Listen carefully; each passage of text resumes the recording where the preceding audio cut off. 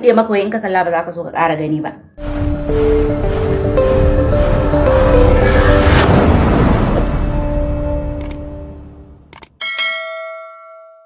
Wai dan Allah dan Annabi me malaman zamanin nan suke nema su zama ne?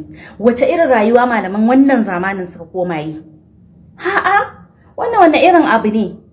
Kowanne malami ya ɗauko shararsa sai ya ce wai mata wari suke in ka gama zaunan su ba za ka so ka ƙara gani ba. Haka na ga ranan wani ya postin. Ai in ka ga mace mazaunanta najasa ne. Ai in ka gani ba za ka so ka ƙara gani ba. Tanan take kashi, tanan take al'ada. Ha ana ɗauka wasa ne kawai sai jiya na ƙara cin karo da wani. Shi ma ya zo ya kafa lasfika yana yi. Ai duk macen da ka sani in ka ganta ka ga wannan gurin da take tunƙaho da shi. In ka kalla ba za ka so, in ta buɗe maka wai in ka kalla ba za ka so ka ƙara gani ba. In ji waye?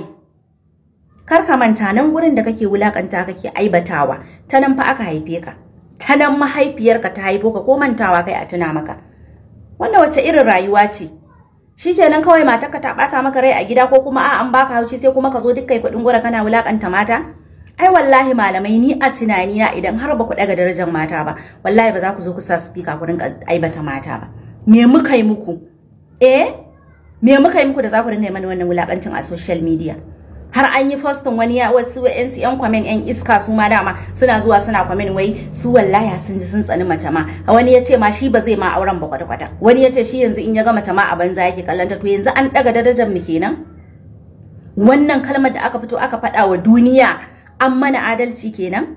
Wanda sako kake son isarwa kai malami dan Allah? Wannan wa'azin da kake na cewa mata najasa ne wanda sako zai isar maka? Ai ya kamata da abin da za a yi shi da hujja, to wanda sako kake son ka isar akai? To mace te maka rana, wallahi mun muku ranar da har abada ba me muku.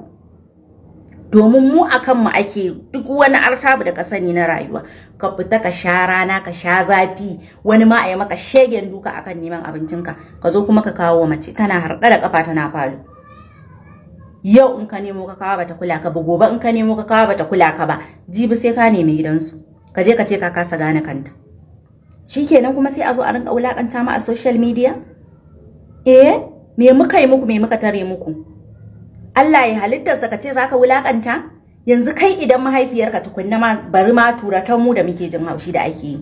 Idan mahaifiyarka kai me wannan wa'azin, idan mahaifiyarka ta ji wannan kalaman da kake, kana cewa ai gurin nan doyi yake, ai gun wari yake, ai in ka gani ba za ka so ka. Yanzu in babarka da ta haife ka ta ji za ta ji daɗi? Wannan wace irin rayuwa muke yi ne? Sai an yi magana a ce an yi wa malamai rashin kunya? Bayan su kuma malaman su ne yanzu sun kasa ma gane wanne wa'azi za su yi wanda ya kamata? Haba wallahi da abin nan da kwana jiya da ƙyar ne bacci. Na ga ɗaya, na ga biyu, shikenan yanzu wa'azinku ya koma akan mata, a jikinsu najasa ne kaza kuma a